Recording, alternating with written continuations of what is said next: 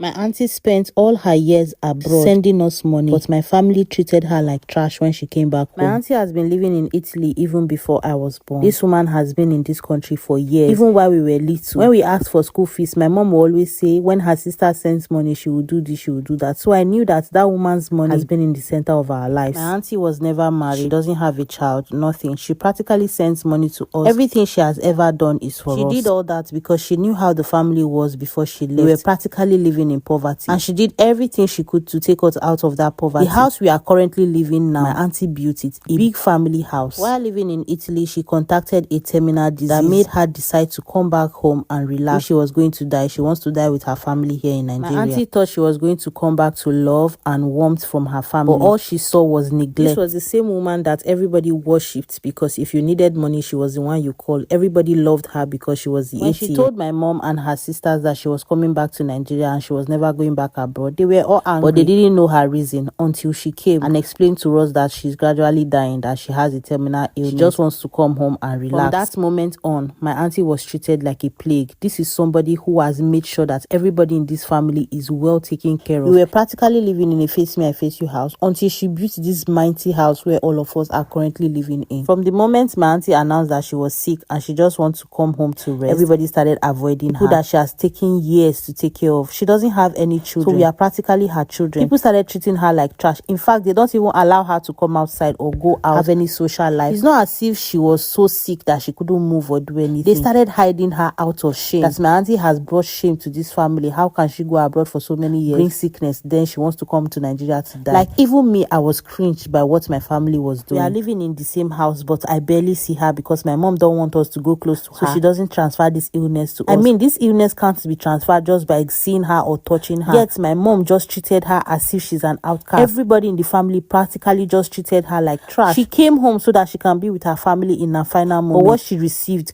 was betrayal, was bitterness and sadness. She was constantly sad. About a year after enduring such from my family, my auntie passed away. I can tell you for free that my auntie did not die of that sickness. She died of sorrow. She died of sadness and betrayal from her own family. It got bad to a point that my uncle will practically lock her in the bedroom while the rest of the family are watching a movie, having a conversations in the living room. They will lock this woman who has suffered for years to fend for them in the bedroom as if she's not part of the family, all because she was sick. They have forgotten so soon the sacrifice she made for them. She got this sickness from hustling and making sure that her family was okay, but what she got in return was betrayal. When my auntie passed, they didn't even have the decency to bury her in the house she built. They took her to a cemetery as big as the compound was. They could not even bury her in her own house. This happened almost 20 years ago, and this taught me a very beautiful.